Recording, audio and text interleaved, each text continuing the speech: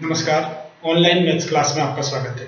इस वीडियो में प्रश्नावली 2.1 करेंगे बहुपद। तो बहुपद क्या है इसके बारे में सामान्य जानकारी करेंगे और उसके बाद में 2.1 के प्रश्न मिलाएंगे।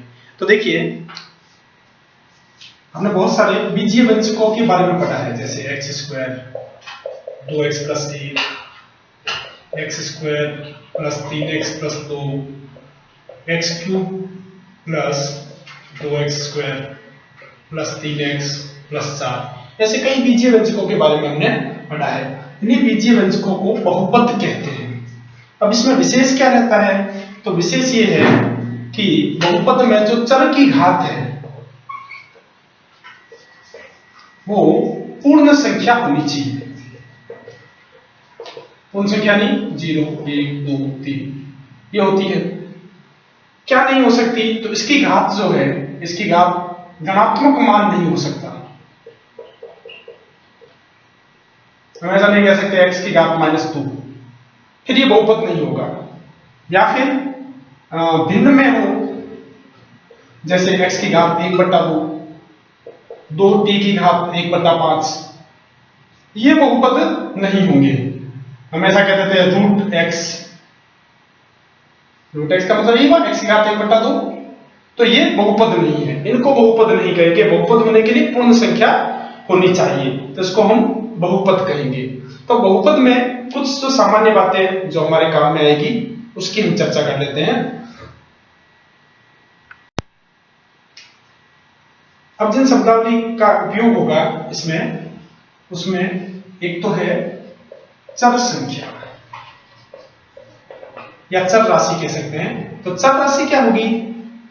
जिनको हम एकदम जिनका मान नहीं बता सकते, यानी अलग अलग समय पर अलग अलग मान हो सकता है, उसको हम चर राशि कहते हैं। जैसे x, y, z, p, t, ऐसे जो भी अल्फाबेट्स आते हैं उनको हम चर राशि कहते हैं, जिनको देख करके मान पता नहीं चलता है, ये चर राशि कहलाती है। ऐसे ही दूसरा होता है अचर राशि। अचर राशि किसे कहेंगे? तो जो हमारे पूर्णांक है वो अचर राशि होते हैं। 0 है, 1, 2, 3 है, -1 है, -2 है, ऐसे सारे मान, चाहे प्लस में हो, माइनस में हो, 0 में, सारे पूर्णांक जो है वो अचर राशि कहलाते हैं, यानी जिनके मान निश्चित होते हैं। ऐसा लिखा है x + 2, तो अचर राशि है, 2 का मान 2 ही होता है, x चर राशि है, इसका मान हमको पता नहीं कि यहां पर x का मान क्या है। तो इस तरह से ये चर और अचर राशि हो जाती है। ऐसे तीसरा आता है गुणांक। गुणांक तो चर राशि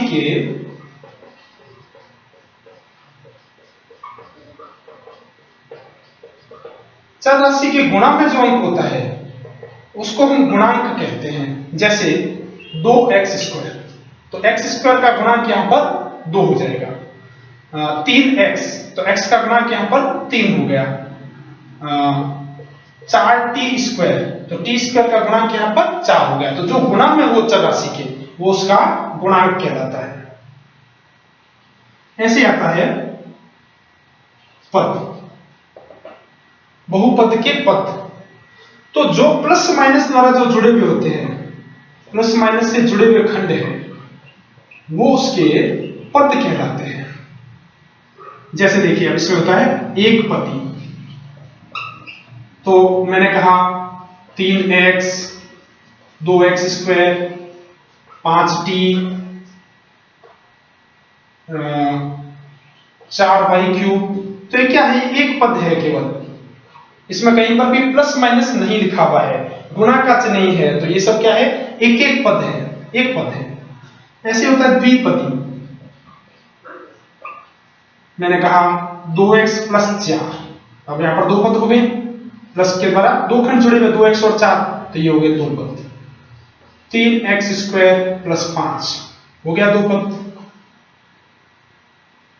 5y² + 2y हो गए 2 पद। तो प्लस के द्वारा जो जुड़े होते हैं या माइनस के द्वारा जो जुड़े हुए होते हैं, ये पद कहलाते हैं। तो यहां पर 2 पद हो गए इस तरह से।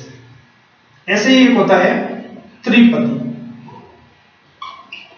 3 पद होंगे, 2x² + 3x + 2, ये हो गए 3 पद।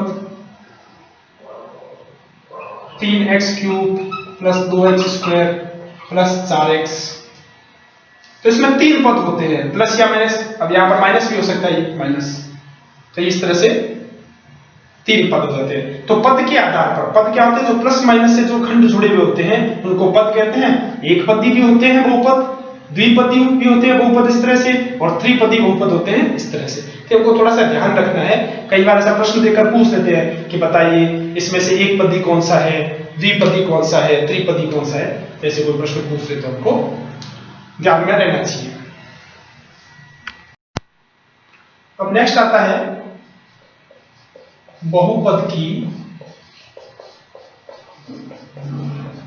घात। बहुपद की घात किसे कहेंगे, इंपॉर्टेंट है। कई बार प्रश्न पूछते हैं बहुपद देकर के कि बताइए इसकी घात क्या है। तो बहुपद की घात जैसे मैंने ये लिखा x² plus 2x plus 3, 2x³ plus 3x² plus 4x plus 2, या मैं ऐसा लिख दूं x⁵ plus 2x² plus 3x⁵ plus 4।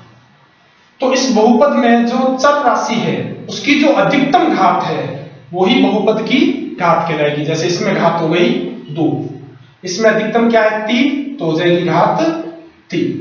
इसमें अधिकतम घात 5 नहीं है, 6 है, तो अधिकतम इसकी बहुपद की घात हो गई 6। तो चर राशि की जो अधिकतम घात है वही बहुपद की घात कहलाती है। तो हमको ऐसे बहुपद देख करके पूछ देते हैं बताइए इस बहुपद की घात कितनी होगी, तो हमको देख करके बताना है कि चर राशि पर अधिकतम घात कौन सी है, वही इस बहुपद की घात होगी। अब एक और आता है शून्य बहुपद या शून्य घात, ये भी हमको ध्यान रखना है। जैसे ये वाला बहुपद है x² प्लस 2x प्लस 3। अब यहां पर चर राशि की घात 2 है, यहां पर x की घात 1 है, कुछ भी नहीं लिखा। यहां पर क्या है 3 में, तो 3 भी बहुपद है। इसमें क्या है, हम 3 को ये लिख सकते हैं 3 × x की घात 0। हम जानते हैं किसी भी संख्या की घात 0 हो तो उसका मान सदैव 1 होता है। संख्या चाहे कुछ भी हो उसका मान हमेशा 1 आता है। तो हम इसको लिख सकते हैं 3 × 1 बराबर 3। यानी यहाँ पर x की घात 0 है, यानी क्या है, शून्य घात है। तो शून्य बहुपद, शून्य घात ये भी कहते हैं, तो हमको ध्यान रखना है। तो इस तरह से होगी बहुपद की घात। तो हमने पढ़ लिया चर राशि, अचर राशि, गुणांक, बहुपद के पद और बहुपद की घात। एक छोटी सी चीज और हमको ध्यान रखनी है, एक चर बहुपद, द्विचर बहुपद और ऐसे ही त्रिचर बहुपद ये भी होता है। तो ये क्या होता है, तो देखिए एक चर का मतलब क्या है, यहां पर देखिए अब x एक ही चर है, चर राशि x ही है, यहां पर भी एक ही है। तो ऐसे बहुपद जिनमें एक चर हो वो एक चर बहुपद, जैसे 5x² 2x² plus 3x plus 4, 3x³ plus 2x² plus 3x plus 5। चर क्या है, एक ही है। इस बहुपद में एक चर है, इस बहुपद में भी एक ही चर है। कितनी बार आया हो, कितनी घात हो, वो अलग बात है, लेकिन चर एक ही है, x ही है। अब जैसे मैं यहाँ पर x² प्लस 2y, अब यहाँ पर दो चर हो गए, इसको कहते हैं द्विचर बहुपद। ऐसे ही 3x² plus 2y plus z, तो यहाँ पर 3 चर हो गए x y z, तो ये त्रिचर हो गया। तो हमको ध्यान रखना है एक चर बहुपद जिसमें एक ही चर हो, द्विचर में 2, त्रिचर में 3 बहुपद, 3 चर हो जाएंगे त्रिचर बहुपद में। तो ये हमको सामान्य जानकारी है बहुपद के बारे में, जो कि हमको ध्यान में रखनी है। इसके आधार पर हम सरलता से प्रश्न को हल कर सकेंगे। देखिए 2.1 का पहला प्रश्न है, निम्नलिखित व्यंजकों में कौन कौन एक चर में बहुपद है और कौन कौन नहीं है, कारण के साथ अपने उत्तर दीजिए। तो जैसे पहला है 4x² - 3x + 7। पहले हमको ये देखना है कि बहुपद है कि नहीं। यदि बहुपद है तो फिर ये एक चर बहुपद है या नहीं है। तो देखिए बहुपद होने के लिए क्या शर्त चाहिए, चर की जो प्रत्येक घात है वो पूर्ण संख्या होनी चाहिए। तो यहाँ पर x की घात 1 है, यहाँ पर 2 है, पूर्ण संख्या है, इसका मतलब बहुपद है। अब दूसरी बात है एक चर, तो यहाँ पर चर कितने, एक ही है x, इसका मतलब एक चर बहुपद है। तो हम लिख सकते हैं है, क्योंकि कारण भी लिखना है, तो क्योंकि पहले तो बहुपद के लिए लिख देते हैं, क्योंकि चर की प्रत्येक घात पूर्ण संख्या है तथा चर एक है। एक ही चर है x, चर की प्रत्येक घात पूर्ण संख्या है इसलिए बहुपद है, और एक ही चर है x इसलिए एक पदी बहुपद है। सॉरी, एक चर बहुपद है। पद तो 3 है इसमें, लेकिन एक चर बहुपद है। दूसरा है y स्क्वायर प्लस रूट 2। अब देखिए, पहले हमको देखना बहुपद है कि नहीं, तो बहुपद के अक्षर है y की घात 2 यानी पूर्ण संख्या है। अब हमको उसको देखकर कंफ्यूज नहीं होना है कि ये रूट 2 है, ये अचर राशि है। अचर राशि रूट में हो सकती है, माइनस हो सकती है, हमने बात की थी पूर्णांक होते हैं। अचर राशि पूर्णांक होती है, इससे कुछ भी हो सकता है। चर राशि की घात माइनस में या भिन्न में नहीं होनी चाहिए, वो नहीं है, इसका मतलब ये है। तो है क्योंकि वही लिखेंगे ऊपर वाला, चर की घात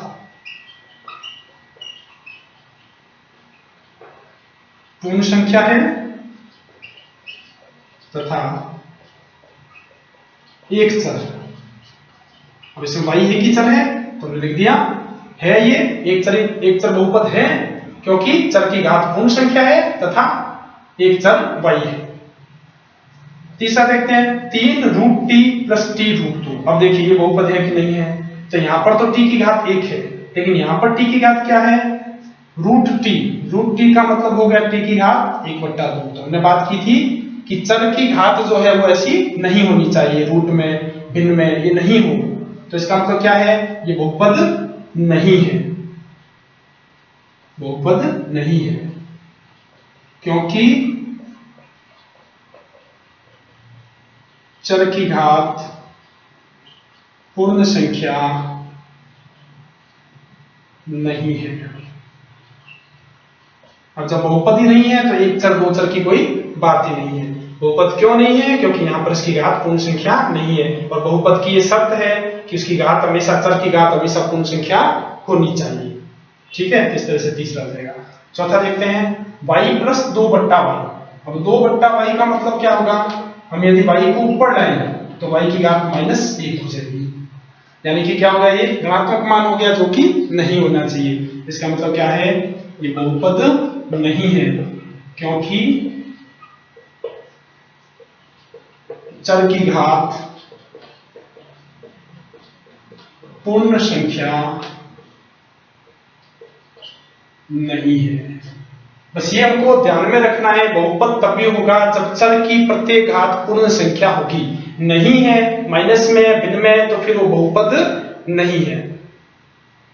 इसको लेते हैं 5वें को, चर की घात पूर्ण संख्या है, चर यहां पर एक नहीं है, x y t 3 अलग अलग चर है, 3 चर है, और पूछा क्या है, बहुपद है नहीं पूछा, एक चर में बहुपद है ऐसा पूछा है। तो इसका मतलब क्या है, एक चर में बहुपद नहीं है क्योंकि 3 चर है, अतः त्रिचर बहुपद है। बहुपद तो है क्योंकि पूर्ण संख्या है, लिख भी सकते हैं कि घात की चर की घात पूर्ण संख्या है अतः बहुपद है, लेकिन चर 3 है इसलिए 3 चर बहुपद है, एक चर बहुपद नहीं है। तो इस तरह से 5 प्रश्न हो जाएंगे। पहले 2 प्रश्न में बहुपद है और एक चर बहुपद है, तीसरे में बहुपद ही नहीं है, चौथे में भी बहुपद नहीं है, 5वां बहुपद तो है लेकिन एक चर बहुपद नहीं है, त्रिचर बहुपद है। तो इस तरह से पहला प्रश्न अपना हल हो जाएगा। देखिए दूसरा प्रश्न है, निम्नलिखित में से प्रत्येक में x स्क्वायर का गुणांक लिखिए। x स्क्वायर का गुणांक लिखना है, हमने पहले ही बात की, गुणांक का मतलब जो गुणा में हो वो लिखना है। तो जैसे पहला है इसका 2 + x स्क्वायर + x, तो यहाँ पर x स्क्वायर के गुणा में क्या है, कुछ भी नहीं लिखा हुआ, इसका मतलब क्या है, 1 है। तो हम लिख सकते हैं x स्क्वायर का गुणांक बराबर 1। तो इसमें x स्क्वायर का गुणांक 1 हो गया। ऐसे इसमें देखते हैं 2 - x square + x cube. x square के आगे कुछ भी नहीं यानी 1 है, लेकिन माइनस का चिन्ह लगा हुआ है तो फिर क्या हो जाएगा, -1। तो यहां हो जाएगा x स्क्वायर का गुणांक बराबर -1।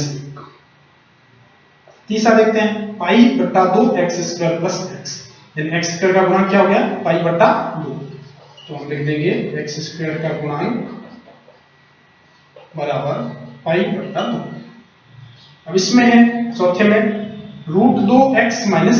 अब देखिए एक्स स्क्वायर है ही नहीं, कई बार गलती हो जाती है, हम लिख देते हैं एक्स का गुणांक 1 लिख देते हैं, तो यहाँ पर है ही नहीं, एक्स स्क्वायर का गुणांक बताना है। इन सब में एक्स स्क्वायर था, यहाँ एक्स स्क्वायर नहीं है, इसका मतलब क्या हम यहाँ मान सकते हैं एक्स स्क्वायर का गुणांक यानी 0, 0 से गुणा हो गई तो 0 हो गया एक्स स्क्वायर, तो क्या है यहाँ पर एक्स स्क्वायर का गुणांक 0 हो जाएगा। ध्यान रखना है हमको, एक्स स्क्वायर है ही नहीं तो एक्स स्क्वायर का गुणांक कहां से होगा, तो इसको 0 कर देंगे। इस तरह से दूसरा प्रश्न हो जाएगा। देखिए तीसरा प्रश्न है 35 घात के द्विपद का और 100 घात के एक पदी का एक एक उदाहरण दीजिए। हमको कोई भी दो बहुपद लिखने हैं, एक बहुपद जिसमें 35 घात हो और द्विपद हो। 35 घात हम कोई भी लिख सकते हैं, जैसे मैं लिख दिया x की घात 35, दो पद करने हैं +3, या ऐसा लिख दिया आपने 5x की घात 35 प्लस 4x, या आपने ऐसा लिख दिया 5y की घात 35 माइनस 3, कुछ भी लिख दीजिए, दो पद होने चाहिए और एक चर की घात 35 होनी चाहिए, बस इतना सा है, बाकी कुछ भी अपनी मर्जी से लिख सकते हैं। ऐसे ही अब 100 घात का एक पदी, तो x की घात 100 ये लिख सकते हैं, 2y की घात 100 लिख सकते हैं, √3 x की घात 100 लिख सकते हैं। भाई ये गुणांक कुछ भी हो सकता है, x की घात 100 यानी चर की घात 100 नीचे चर भी कोई भी ले सकते हैं, तो ऐसे कोई भी लिख देंगे तो ये हमारा बहुपद हो जाएगा। तो इस तरह से इस प्रश्न को हम आसानी से कर सकते हैं। नेक्स्ट चौथा प्रश्न है निम्नलिखित बहुपदों में से प्रत्येक बहुपद की घात लिखिए। अब हमको बहुपद की घात लिखनी है। हमने पहले बात की थी बहुपद की घात क्या होती है, जो चर राशि की अधिकतम घात होती है वही बहुपद की घात होती है। जैसे पहला देखते हैं बहुपद की घात, तो यहाँ पर x चर राशि है, यहाँ x की घात 1 है, यहाँ x की घात 2 है, यहाँ x की घात 3 है, तो अधिकतम क्या है 3, तो बहुपद की घात हो गई 3, तो इस बहुपद की घात हो जाएगी 3। ऐसे इस बहुपद की घात लिखनी है,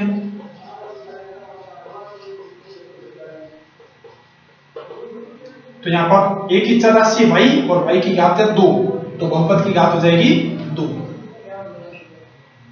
जैसे तीसरा देखते हैं बहुपद की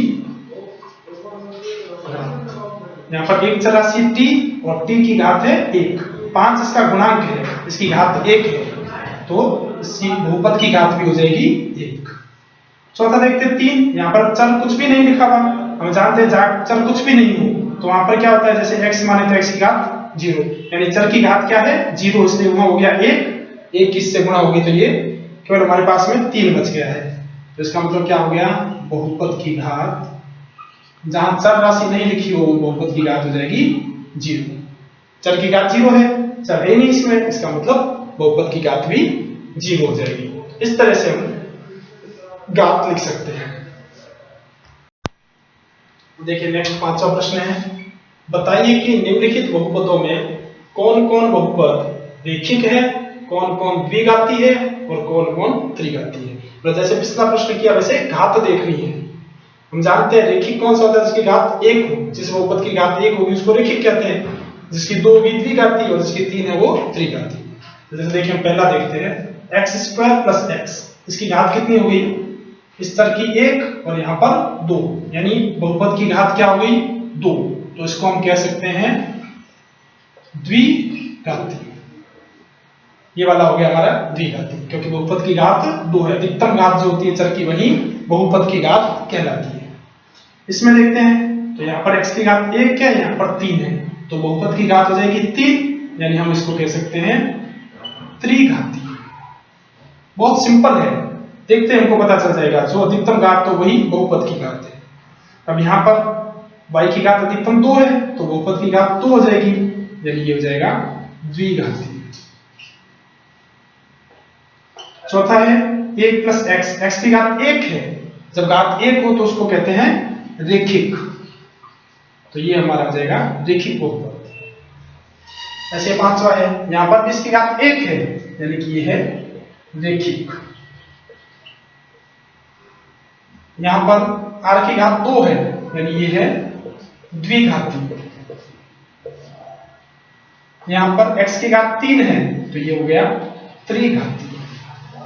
तो इस तरह से चर राशि की घात देख करके हमको बहुपद की घात तय करनी है। यदि बहुपद की घात 1 है तो रेखिक हो जाएगा, 2 है तो द्विघाती, 3 है तो त्रिघाती। इस तरह से एकदम सिंपल सा सरल सरल से प्रश्न है। हम थोड़ी सी बेसिक बातें बहुपद की ध्यान में रखेंगे तो आराम से इन प्रश्नों को ठीक से हल कर सकते हैं।